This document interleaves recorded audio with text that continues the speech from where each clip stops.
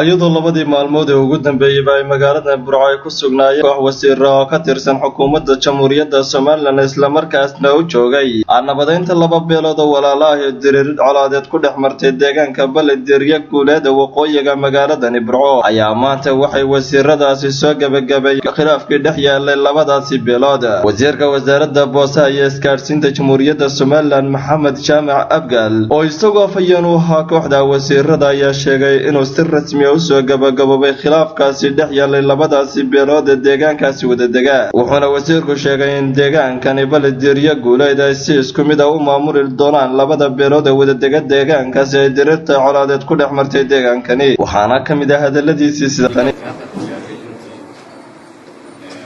ilaahay mahadiisteedii bisha ayaanu maanta halkan kaga dhawaaqnay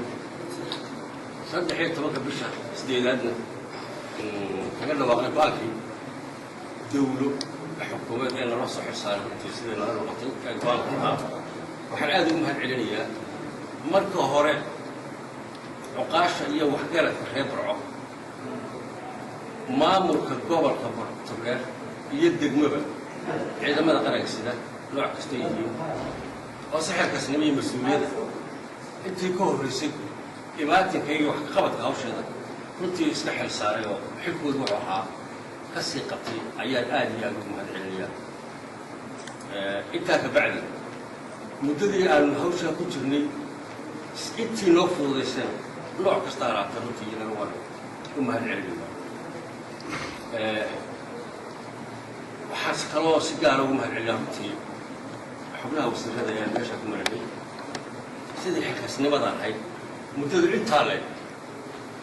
habeen iyo maalin iyo si iska xil saareen hawsheeda loo qabanaa way ka socotaa annaguna tan tusaale adag bay noo noqon doontaa annagoo dhahay ku soo aragnay runtii wax weyn insha Allah waa laga qaban doonaa dhammaantiin waa salaamu calaykum waraxmatullaahi wabarakaatuh aad iyo maasantiin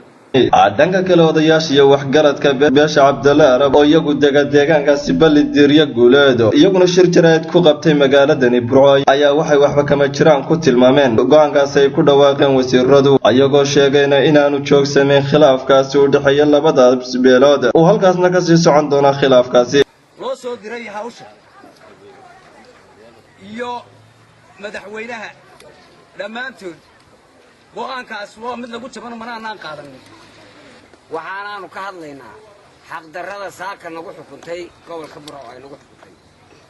iyo wasiirada uu soo dirtay madaxweynuhu ama beesha reer Biniin ama Axmed Faarax oo shaqeynaysa taasoo xaq darro ah oo aan macquul ahayn magaalada jirtay 180 sanadood jirtay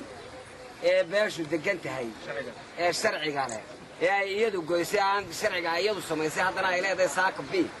iyadoo dawladii samaysay sharciga samaysay ay wali dhisanto aanay dumin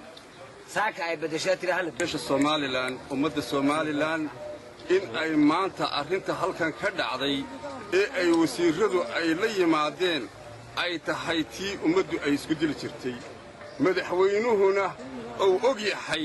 xaaladda taagan iyo waxa socda in haddii eeba kuuro yahay arrinkaasi uu yahay arrin dagaal lagu oogaayo oo ummadda reer Soomaaliland wixii ay u soo halgantay ee midnimadeeda ay u soo dhimatay maanta lagu wiiqaayo ayaan u aragnaa waxaanu waa Maxamed Ali Axmed Maxamed Kaabe wararka telefishinka madaxa bannaan ee Bulsha TV magaalada Burco.